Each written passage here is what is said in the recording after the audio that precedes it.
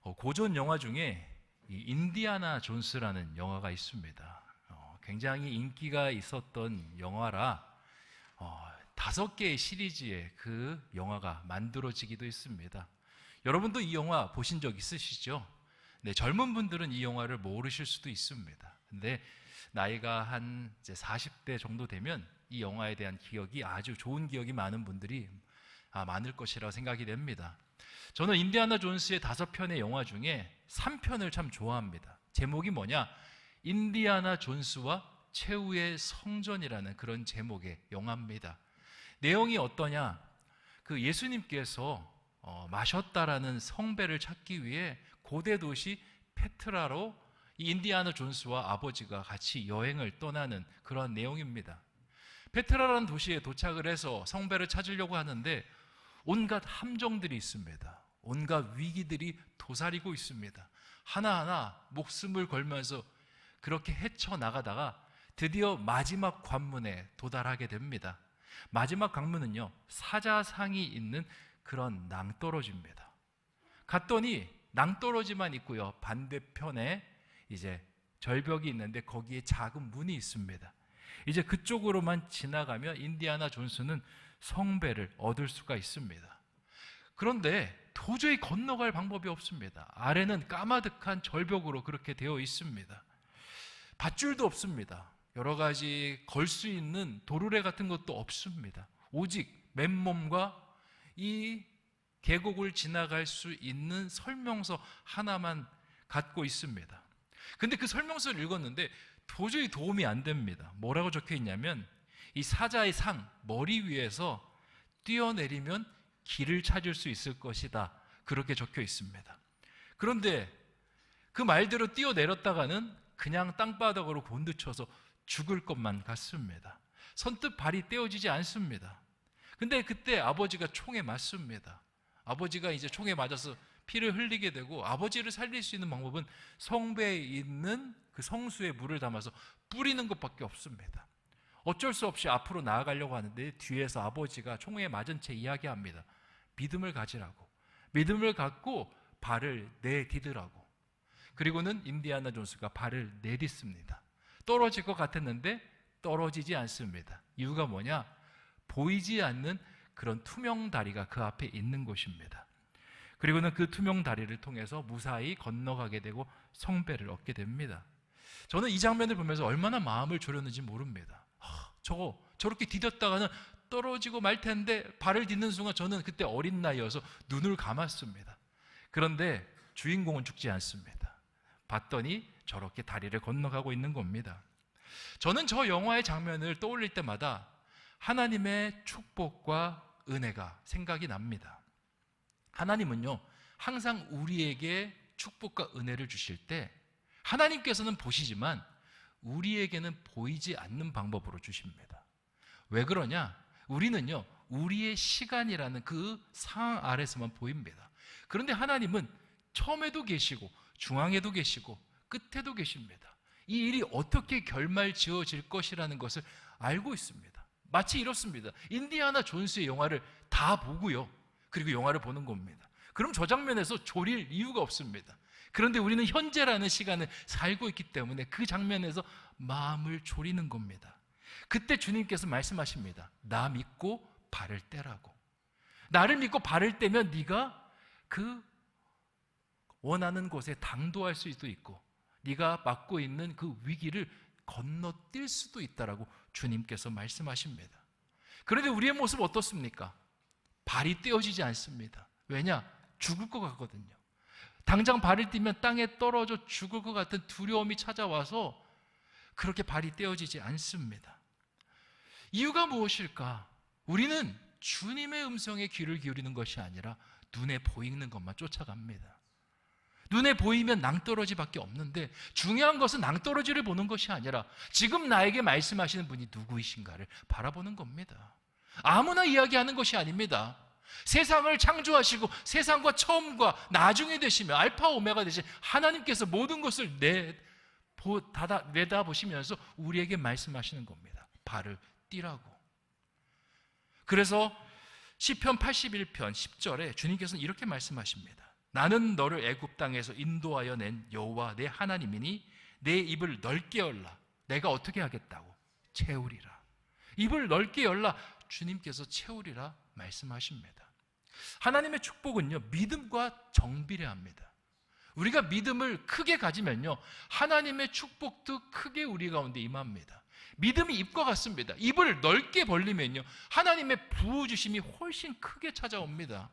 근데 우린 두렵습니다. 입을 크게 열었다가 축복 외에 다른 나에게 안 좋은 것들이 입속으로 들어올까 염려가 됩니다. 똑같습니다.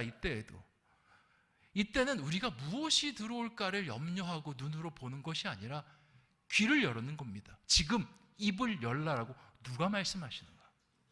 사람이 말하는 거? 아니, 하나님이 말씀하신다. 내가 하나님을 믿고 입을 열겠다. 그것이 중요한 것입니다. 오늘 우리가 읽었던 사도행전 16장 11절에서 15절까지의 말씀, 믿음과 은혜에 대한 말씀입니다.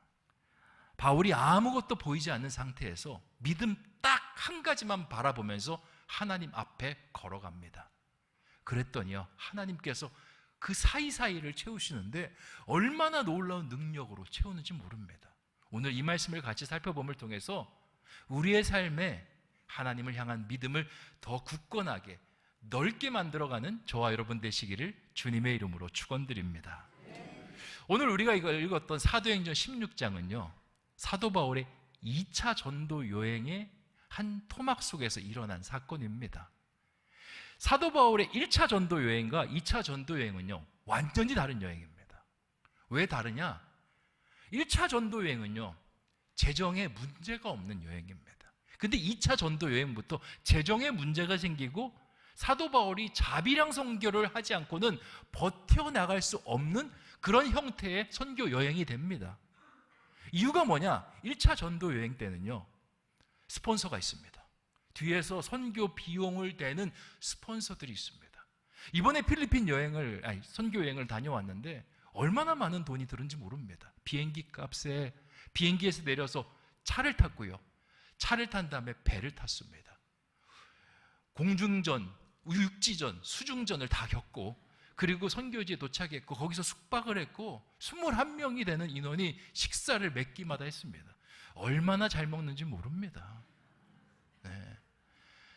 돈이 엄청나게 많이 비용이 들었습니다.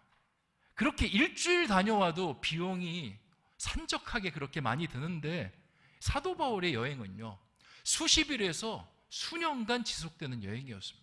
그러면 선교비가 눈에 딱 봐도 얼마나 많이 들겠습니까? 그런데 이 모든 비용을 뒤에서 대는 사람이 있었습니다. 그게 누구냐? 바나바였습니다. 1차 선교 여행 때 바나바가 함께했고, 바나바는 동료 이상이었습니다. 뒤에서 선교 서포트를 하는 사람이었습니다. 바나바가 어떤 사람인가? 사도행전 4장 36절 37절 말씀에 기록이 되어 있습니다. 구브로에서 난 레위족 사람이 있으니 이름은 요셉이라. 사도들이 일컬어 바나바라, 번역하면 위로의 아들이라 하니 그가 밭이 있음에 팔아 그 값을 가지고 사도들의 발 앞에 두니라. 아멘. 초대교회를 보면요, 신앙 공동체이면서 경제 공동체였습니다. 그래서 공동체 안으로 들어오려면 한 가지 조건이 있었는데, 자신이 갖고 있는 소유를 다 팔아서 들어와야 했습니다. 그러다 보니까 그 초대교회의 이야기들을 보면요, 돈과 관련된 이슈들이 참 많습니다. 아나니아와 삽비라, 재물을 팔았는데 일부를 남겼다가 그렇게 벌을 받는 사람의 이야기도 있었고요. 그리고 과부들이 떼거지로 들어오다 보니까 교회 재정이 어려움이 생겨서 재정적인 문제를 겪는 이야기들도 있습니다. 그런데 이야기들을 쭉 읽어보면 많은 사람들이 들어왔지만 이 사람이 돈을 얼마나 냈고 또 얼마만큼 교회 재정에 후원을 하고 들어왔는지 그 내용은 쏙 빠져 있습니다. 딱 한 사람만 제외하고요. 그게 누구냐? 바나바였습니다. 왜 바나바가 돈을 이렇게 낸 사건을 사도 누가가 사도행전에서 기록하고 있느냐? 그 돈이 어마어마했기 때문에 그렇습니다. 레위 사람이었고요. 그리고 밭을 갖고 있었습니다. 조그만 텃밭이 아니라 어마어마한 양의 밭이었고, 그것을 정리하고 나니까 교회에 큰 재정적 그렇게 지원이 될 만큼 큰 금액이어서 다른 사람들은 돈 얼마 남겼는지 아무도 기록하고 있지 않는데 이 바나바만 남겼습니다. 그렇게 기록하고 있는 것입니다. 바나바가 이렇게 재물을 다 헌납하고 난 다음에 재정적인 여력이 없어졌을까? 아니요. 바나바는요, 그렇게 재물을 다 헌납하고 나고도 재정적인 여력이 있었던 사람입니다. 그 사람은요, 집안 자체가 부자 집안이었습니다. 그의 조카가 있는데 이름이 뭐냐? 마가 요한이라는 사람입니다. 마가 요한은요, 부자였습니다. 그의 어머니가 120명이 들어와서 머무를 수 있는 큰 다락방을 가지고 있었습니다. 여러분, 지금도요, 개인의 집에 120명 정도 초대할 수 있는 방을 가졌다. 그 사람 부자입니다. 저희 집에 초대해봤자 몇 명 여기 못 오실 겁니다. 120명 초대할 수 있는 사람 어쩌면 이 강북구에도요 몇 명 안 될 겁니다. 그렇게 큰 저택을 갖고 있었던 사람, 그리고 그 저택을 통해서 하나님의 일을 계속 서포터하던 사람이 바로 이 마가 요한의 어머니였습니다. 이 바나바의 집안은요, 바나바만 부자가 아니라 바나바의 형제들도 부자고요, 전체 가족들이 부자인 그런 상황이었습니다. 그래서 1차 선교 여행에 바나바와 바울이 선교를 떠나는데 한 사람을 중간에 낍니다. 그게 누구냐? 마가 요한. 왜 끼냐? 바나바는 전 재산을 다 바쳤지 않습니까? 그런데 선교 서포트를 받아야 되지 않습니까? 그러니까 마가를 끼는 겁니다. 마가를 끼면 그의 어머니가 선교 지원금을 낼 수가 있고, 그 선교 지원금을 통해서 바울, 바나바, 요한이 선교 활동을 활발하게 할 수 있다고 생각하고 그렇게 끼워놓고 가는 겁니다. 그런데 문제가 생깁니다. 이 마가 요한이요, 부잣집 도련님입니다. 중간에 선교를 하다가 선교가 좀 어려워지니까 나 선교 못할 것 같아요. 중간에 빠져버립니다. 이것 때문에 바울이 크게 실망하고요. 자, 그리고 이제 선교 여행을 마치고 돌아와서 2차 선교 여행을 나가려고 하는데 거기서 이제 바나바가 다시 마가를 데리고 옵니다. 왜 데리고 왔을까요? 이유는 한 가지입니다. 이제 선교 여행을 2차로 떠나려고 하는데 이번에도 돈이 많이 듭니다. 이 돈을 끌어모으기 위해서 누가 필요합니까? 스폰서가 필요합니다. 스폰서 누구? 마가의 어머니. 마가 요한을 데리고 오면 마가의 어머니가 뒤에서 선교 서포트를 하니까 이번에 데리고 오는 겁니다. 그런데 바나바가 마가를 포함시키려고 하는데 이번에 바울이 제동을 놓습니다. 안 된다라고. 왜? 바울은 이렇게 생각하는 겁니다. 선교할 때 돈이 물론 중요합니다. 그래도 돈도 중요하지만 더 중요한 건 하나님을 향한 마음가짐이 중요하다고 봤습니다. 하나님께 선교를 하는 것이고 하나님의 영혼을 세우는 것이고 교회를 세우는 것인데 돈만 있다고 해서 그것이 선교가 되겠느냐? 안 된다. 하나님을 향해서 완전히 나를 드릴 수 있는 마음이 있어야 하나님께서 기뻐하시고 하나님을 의지하고 선교를 해야 하나님께서 그 선교를 도우실 수 있다라고 생각하고 그렇게 마가를 거절합니다. 선교는 실습이 아니라 실전이다. 이것 때문에 바울과 바나바가 서로 갈등하게 됩니다. 그리고 2차 선교 여행에서는 서로 같은 길을 가지 못하게 되죠. 여러분 어떻게 생각합니까? 바울의 말이 맞는 것 같습니까? 아니면 바나바의 말이 맞는 것 같습니까? 바울은 이렇게 이야기합니다. 하나님 보고 가야지. 바나바는 이렇게 이야기합니다. 하나님도 중요한데 우리가 선교 비용이 없으면 어떻게 선교할 수 있냐고. 선교 비용을 채우는 것도 지혜로운 방법이야. 여러분은 어떤 게 맞는 것 같습니까? 이게요, 단순한 문제인 것 같지만 우리의 삶 속에서 아주 흔히 발생하는 문제입니다. 현실이 있습니다. 그리고 믿음이 있습니다. 하나님의 그 쌓이는 믿음을 보라고 말씀하시는데 자꾸 우리는 현실이 보입니다. 그런데 이상한 게 현실을 보면요, 믿음이 들어올 구석이 없습니다. 그런데 믿음을 보자니 현실이 자꾸 눈에 밟힙니다. 어떻게 해야 될까? 전전긍긍하고 있는 모습. 이게 우리가 세상에서 아주 빈번하게 겪는 모습 아닙니까? 예를 들어보면 성경에서 하나님의 것을 구별해 드리라 라고 말씀하고 있습니다. 그렇게 하는 것이 당연한 건데 우리는요 자꾸 주머니 사정을 봅니다. 아, 이번 달에 나갈 돈이 참 많은데 이 돈도 나가야 되고 저 돈도 나가야 되고, 그러니까 어떻게 됩니까? 하나님께 구별해서 드려야 될 것을 드리지 못합니다. 재정의 문제만 그런 것이 아닙니다. 시간도 마찬가지입니다.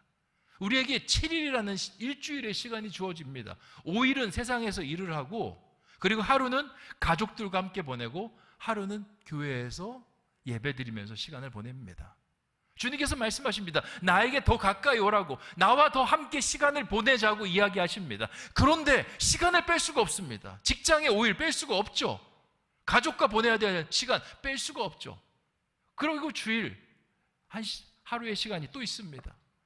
거기서 더 하려고 하니 시간을 뺄 만한 곳이 보이지 않습니다.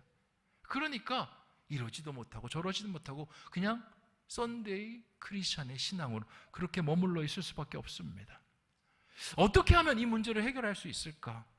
바울은 해답을 찾았습니다. 현실을 먼저 바라보면요, 믿음이 들어올 구석이 없습니다. 돈이 없잖아요. 내가 쓸 것 다 보고 하나님께 드리려고 하면요, 절대 돈이 보이지 않습니다. 그때는 어떻게 되냐? 하나님을 먼저 봐야 됩니다. 시간 내가 다 정해놓고 그 짜투리 시간에 하나님 섬기겠다, 그렇게 이야기하면요, 하나님의 시간이 들어올 자리가 없습니다. 하나님의 사람이 해야 될 것은 먼저 하나님의 시간을 떼어놓고 그 다음에 나의 시간을 구하는 것입니다. 바울은요, 현실을 살피는 것이 아니라 주님을 살폈습니다. 주님께 마음을 다하고 힘을 다하고 뜻을 다하고 나아가면 주님께서 나를 채우시고 선교를 채우시겠지, 마가가 없어도 돼. 하나님께 오로지 하고 나아가면 하나님께서 채우실 거야 라고 그렇게 나아가는 겁니다. 이 사건으로요, 바울과 바나바가 서로 나누어지게 됩니다. 여러분 어떻습니까? 무엇이 옳은 것 같습니까? 둘 다 옳다라고 이야기할 수 있지만요, 성경은 둘 다 옳다라고 이야기하지 않습니다. 항상 말합니다. 믿음이 먼저라고. 예수님의 이야기를 볼까요?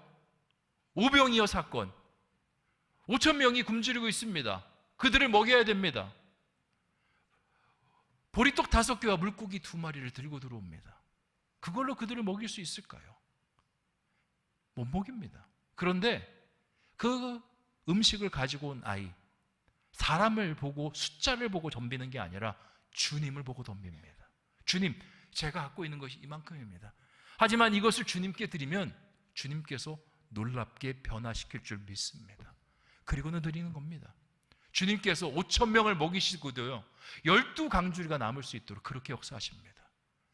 주님만 그렇게 역사하셨을까요? 엘리야와 사르밧 과부의 이야기가 있습니다. 엘리야가 사르밧 과부를 찾아왔습니다. 그리고는 내가 배가 고프니 떡을 하나 만들어 달라 이야기합니다. 사르밧 과부가 이야기합니다. 저에게 지금 곡식 한 움큼과 기름 조금밖에 없습니다. 저와 저희 아들이 몇 날째 먹지를 못했고 이게 우리가 먹을 수 있는 마지막 양식입니다. 그런데 거기서 끝나지 않습니다. 하지만 하나님의 사자가 당신이 이야기하시니 내가 그것을 당신께 드리겠나이다. 현실로만 봤을 때는요, 못 드립니다. 나 먹을 것도 없다라니까요. 그래, 나 먹는 건 어떻게 참을 수 있습니다. 근데 내가 사랑하는 자식이 먹지 못한다 그러는데 어떤 엄마가 그것을 견딜 수 있겠습니까? 그런데 그거를 내어놓습니다. 왜? 하나님을 바라보는 겁니다. 이분은 하나님의 사자이시고 이걸 드리면 하나님께서 받으신다라는 생각으로 드린 겁니다. 그랬더니 어떤 일이 벌어집니까? 곡식통에서요, 곡식이 계속 나오고요, 기름이 마르지 않는 은혜를 겪게 되고, 그리고 그 가뭄의 시기를 뛰어넘는 축복으로 그렇게 열리게 되는 겁니다. 사랑하는 성도 여러분, 우리의 삶 속에 믿음과 현실이라는 딜레마는요, 항상 있을 것입니다. 어느 쪽을 봐도 다 맞는 말입니다. 그런데 우리가 하나님 안에서 믿음을 선택하면 하나님께서 그 다음은 책임지십니다. 입을 연 만큼, 우리가 마음을 연 만큼, 불안하지만 발을 딛는 만큼 하나님께서 우리의 인생 속에 하나님의 은혜를 채우시는 것입니다. 오늘 바울의 이야기가 그겁니다. 둘이 갈라졌습니다. 바나바는요, 바울은 버려도 마가는 못 버립니다. 그래서 마가 데리고 선교여행 떠나버립니다. 바울은 혼자 덩그러니 남습니다. 그리고는 급하게 한 사람을 뽑는데 실라를 뽑습니다. 실라 뭐 돈 많은 사람 아닙니다. 그냥 평범한 사람입니다. 데리고 선교여행을 떠납니다. 본래 이 바나바와 바울은 1차 선교 여행지를 다시 방문하는 것이 목적이었습니다. 거기에 개종했던 크리스찬들, 교회들 다시 돌아보는 것이 목적이었는데 바나바가 마가 데리고 떠나버렸습니다. 갈 곳이 없습니다. 어디를 가야 되나 기도하는데 하나님께서 마게도냐라고 오라고 합니다. 여러분, 마게도냐가 어딘지 아십니까? 제가 지도를 하나 준비했습니다. 자, 저기 보시면 연하게 색칠되어 있는, 저기 아시아에 있는 구브로로 연결돼서 연하게 색칠되어 있는 부분이 있는데, 거기가 바울이 1차 선교 여행을 했던 지역입니다. 그러니까 그렇게 여정 거리가 길지 않은 지역에서 선교를 했습니다. 그리고 두껍게 이제 색칠되어 있는 여정의 루트가 있는데, 그게 뭐냐? 2차 선교 여행의 루트입니다. 마게도냐가 어디냐면 저기 에게를 넘어서 그 아가야, 그러니까 그리스 아테네 이쪽 지역까지 선교를 하는 것을 이야기합니다. 선교 여행의 여정이 훨씬 더 길어진 겁니다. 훨씬 더 여정이 길어졌다는 말은 무엇이냐? 선교 비용이 더 많이 들 거라는 겁니다. 그리고 선교를 하는 데 있어서 여러 가지 상황들이 전보다 더 어려워질 것이라는 것을 이야기하는 겁니다. 그런데요, 이 바울 두려워하지 않습니다. 그냥 하나님만 바라보면서 직진합니다. 그리고는 오늘 말씀의 이야기가 펼쳐집니다. 12절 말씀 같이 한번 읽어보겠습니다. 시작. 거기서 빌립보에 이르니 이는 마게도냐 지방의 첫 성이요 또 로마의 식민지라 이 성에서 수일을 유하다가. 아멘. 자, 빌립보에 이릅니다. 빌립보가 어떤 지역이냐면 아까 마게도냐 지역의 첫 번째 성이다라고 이야기합니다. 처음 마게도냐 지역에 도착했습니다. 자, 이 성에서 수일을 유하합니다. 그리고는 수일을 유하다가 사도 바울이요, 그 지역에 있는 사람들에게 기도할 곳을 찾습니다. 이게 13절로 이어지는 내용인데, 왜 기도할 곳을 찾았냐? 믿음으로 왔지만요, 산적한 문제가 한가득입니다. 여전히 돈 문제가 있고요, 그리고 숙박 문제가 있고, 선교를 계속 지탱해 나갈 여러 가지 또 문제들이 있습니다. 이 문제들을 어떻게 해결할 수 있을까? 답이 보이지 않으니까 사도 바울이 여기 와서 기도를 시작하는 겁니다. 사도 바울이 여기까지 왔지만 여기까지 와서도 문제가 아무것도 해결되지 않은 겁니다. 이제 금전적으로 다 떨어지면 어떻게 됩니까? 그냥 구걸하면서 지내야 되는 겁니다. 그런데요, 우리 하나님 여호와 일의 하나님입니다. 사도 바울을 그냥 내버려 둘까요? 천만의 말씀. 하나님께서 딱 한 사람 준비하십니다. 그게 14, 15절에 기록이 되어 있는데 같이 한번 읽어보겠습니다. 시작.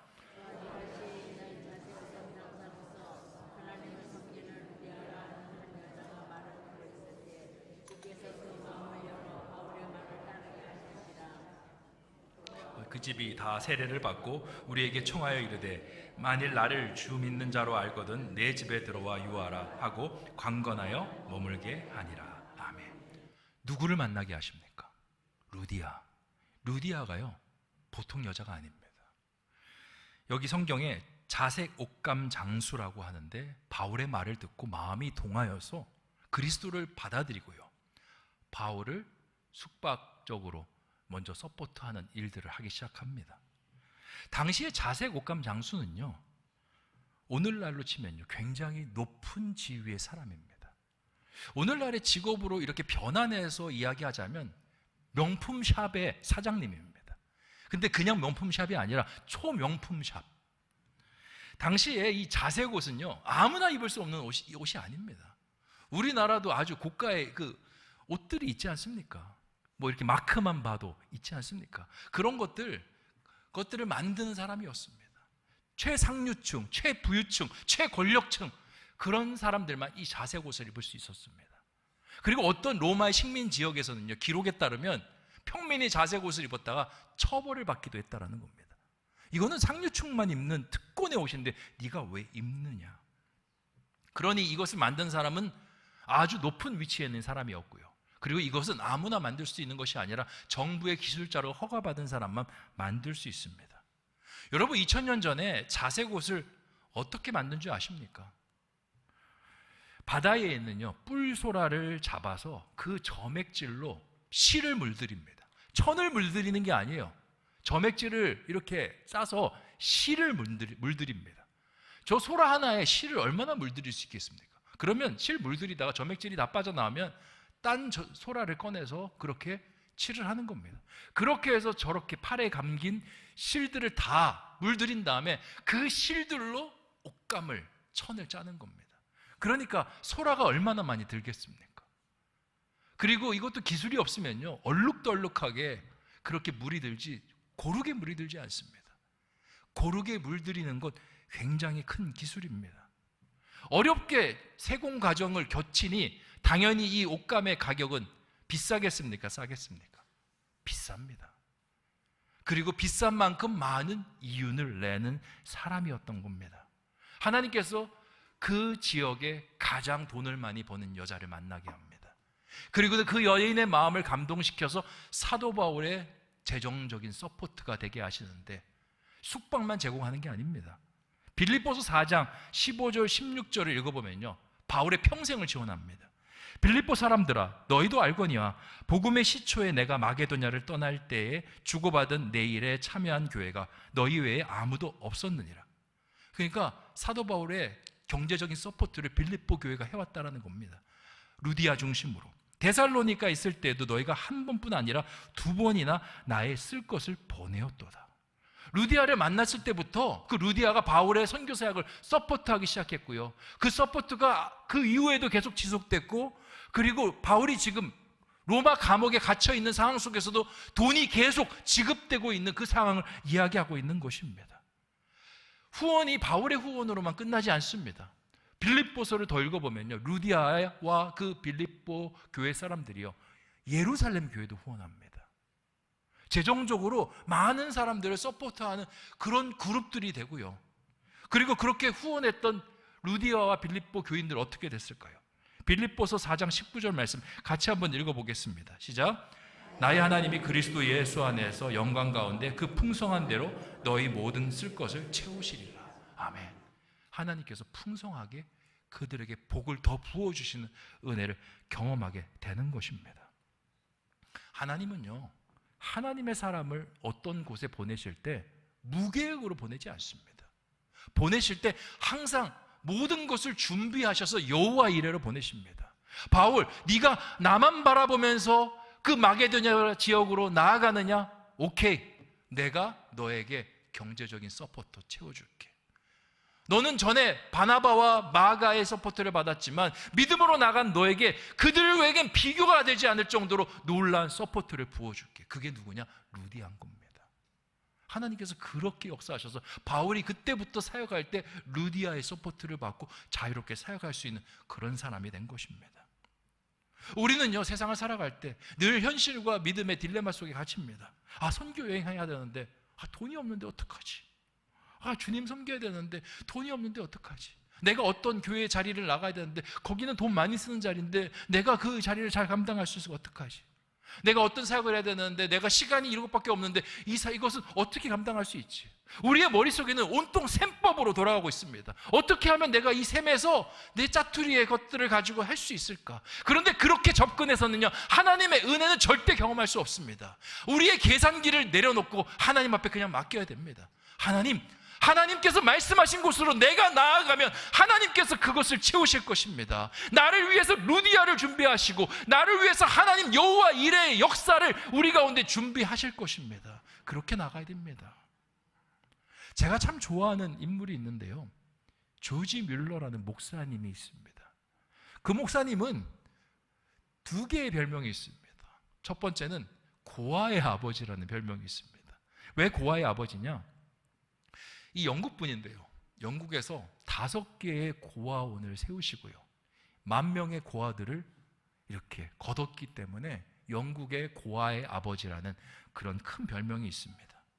그리고 또 하나의 별명이 있는데 이 별명은요, 신앙과 관련된 별명입니다.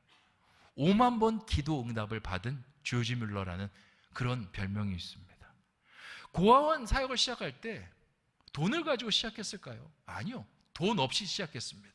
하나님께서 고아들을 먹이고 입히라는 그 비전 하나 주셔서 하나의 고아원을 시작을 했고 그것이 5개까지 불어나게 됐습니다. 5만 번 기도 응답 받았다, 대단하다라고 생각이 되죠. 그걸 역으로 바꾸면 어떤 의미인지 아십니까? 5만 번 기도할 수밖에 없는 상황을 맞닥뜨렸다라는 것입니다. 그런데 그렇게 기도할 때마다 하나님께서 말씀하신 그 비전을 향해 나아가면요, 하나님께서 채우시는 것을 경험하는 겁니다. 그는 그의 자서전에 하나님은 나를 한 번도 외면하지 않으셨다라고 고백합니다.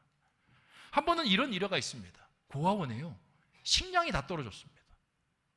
밥이 없어요. 아침이 됐는데 애들에게 줄 빵이 없습니다. 그때 조지 뮬러가 어떻게 하는지 아십니까? 애들을 식당으로 불러 모읍니다. 그리고는 먹을 게 없는데 거기서 기도하자라고 이야기합니다. 이거는요, 굉장히 무리수입니다. 왜냐? 애들이 보고 있잖아요. 기도하자. 그래, 목사님이 기도하자 하니까 뭔가 변화가 일어나겠지. 그런데 기도하자 그런데 기도 응답이 안 되면 어떻게 됩니까? 제가 입장을 바꿔 생각해 봤거든요. 우리 꿈나무 동산 애들을 불러놓고 먹을 게 없습니다. 기도하자. 애들이 같이 기도합니다. 목사님이 기도하자 그러니까 뭔가 변화가 일어나겠지. 근데 시간이 지나도 아무 변화가 안 일어나면 제 마음이 먼저 쪼그라들 것 같습니다. 애들한테 얘기한 게 있는데 어떻게 눈을 뜨지? 조지 뮬러가 그렇게 기도하자라고 이야기합니다. 망신당할 수도 있고 현실을 보면 애들한테 시키지 않고 그냥 자기 혼자 기도했다가 안 이루어지면 다행이지 할 수 있게 그렇게 빠져나갈 수도 있는데 애들을 불러놓고 기도합니다. 그의 마음속에 확신이 있습니다. 하나님께서 응답하실 것이야. 어떤 일이 벌어진 줄 아십니까? 기도가 딱 끝났을 때 누가 문을 두드립니다. 제빵사가 찾아와서요, 애들을 위해서 빵을 준비했다라는 겁니다. 자서전에 있습니다. 그래서 왜 빵을 준비했냐 그랬더니 며칠 전부터 고아원에 양식이 떨어졌다는 이야기를 들었습니다. 제가 그 이야기를 듣고 자꾸 그 양식으로 좀 도와야겠다라는 마음이 계속 밟혔다라는 겁니다. 그래서 빵을 준비를 했고 그 빵이 어제 많이 남아서 오늘 빵을 더해서 고아원으로 가지고 왔다라는 거예요. 애들이 그것을 받았을 때 어떤 마음을 갖겠습니까? 하나님 살아계시구나. 하나님 역사하시는구나. 근데 하나님은요, 빵만 준비하신 하나님이 아닙니다. 우리가 빵을 많이 먹으면 어떻게 됩니까? 목 막힙니다. 물도 있어야 되잖아요. 똑똑 두드립니다. 누구냐고 봤더니 우유 배달부가 들어옵니다.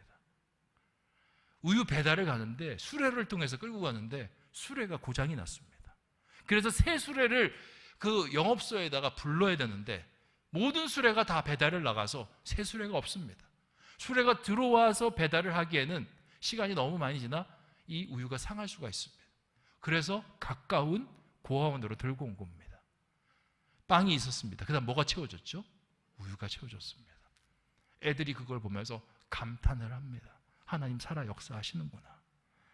이런 것이 5만 번 이루어져서 조지 뮬러는 자신의 인생 속에 하나님은 항상 응답하시는 하나님이다 라고 그렇게 고백했던 겁니다. 하나님은요, 우리에게 이렇게 역사하시는 분이십니다.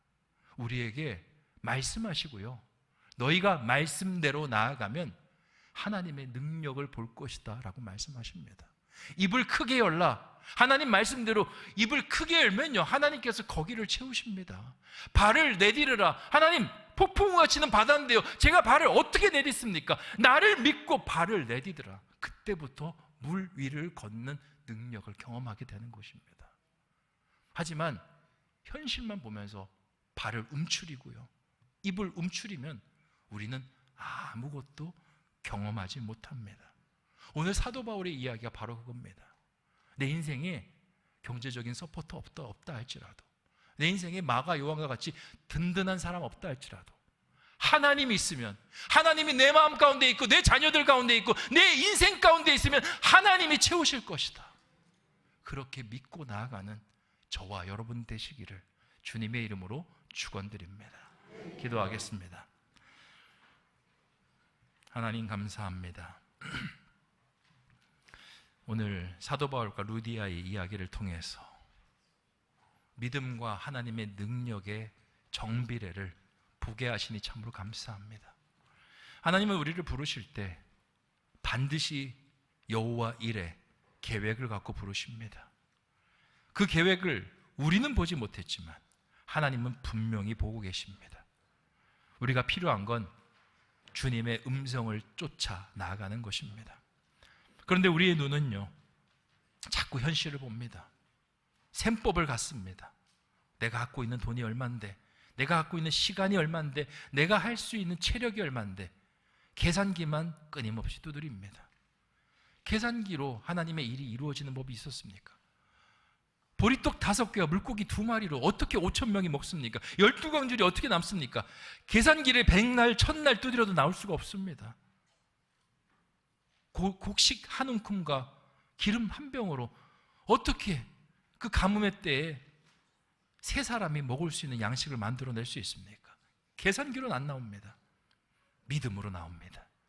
믿음으로 역사할 때 하나님께서 채우십니다. 우리 신성의 교우가 바울처럼 그렇게 걸어가게 하여 주시옵소서. 하나님께서 루디아로 예비하십니다. 루디아를 만난 순간부터 하나님께서 평생의 후원자 되게 하여 주시고 새로운 선교의 역사들을 써내려 가십니다. 우리의 인생이 그런 믿음의 인생, 바울의 인생 되게 하여 주시옵소서. 감사를 드리오며 모든 말씀 예수님의 이름으로 기도하옵나이다. 아멘.